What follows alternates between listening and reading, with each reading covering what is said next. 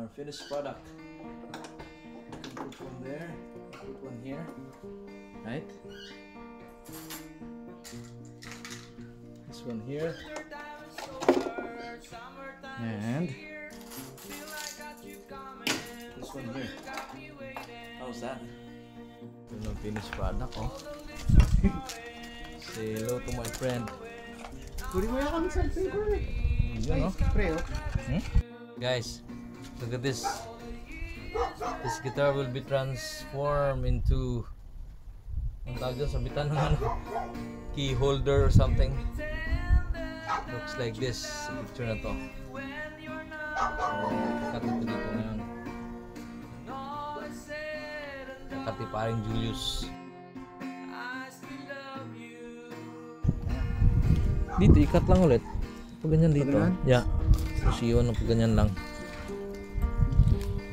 Ay, manual mo? Hindi mo i-electric? I-ganon? Manual mo muna. Butas tayo. Oo, para may way ka lang. Alright, let's go! Ito na, bye guitar. Gusto mo yung house? No, it's okay. You know? Para lang may magiyahan ka. Para may masimulan lang. Yun, no? Ay, maliit pa. Look at this. Is this a Fender or Gibson guitar?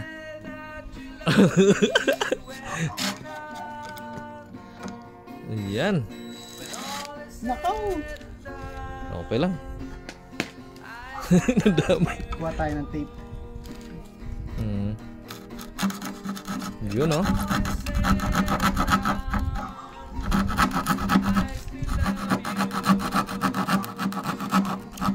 Ito na. Malapit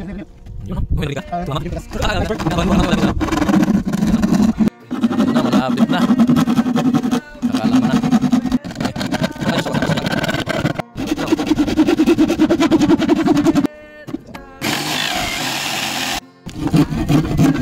Yun, no? Ito na. Let's go! Sige, pre. Tanggal mo nga. Wow! Ito, pre. Ganyan. Ito yung, paano laman niya? X-bracing siya. Ganyan pala yung laman niya, oh. Kaya nagkakatalo dyan sa mga ganyan paggawa. Yung vibration ng finished product, oh.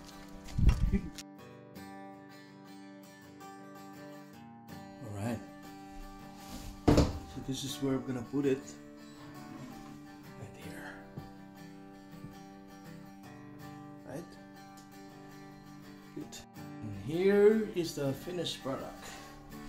Let's see if it fits here. Oh my goodness. And it's like that. Right? Woo! Sweet! Thanks, paring Julius. Look at that, man. Alright. Let's put this piece now here. Our finished product. You can put one there, you can put one here. Right? This one here. And this one here. How's that? Then at the same time I can play my guitar here.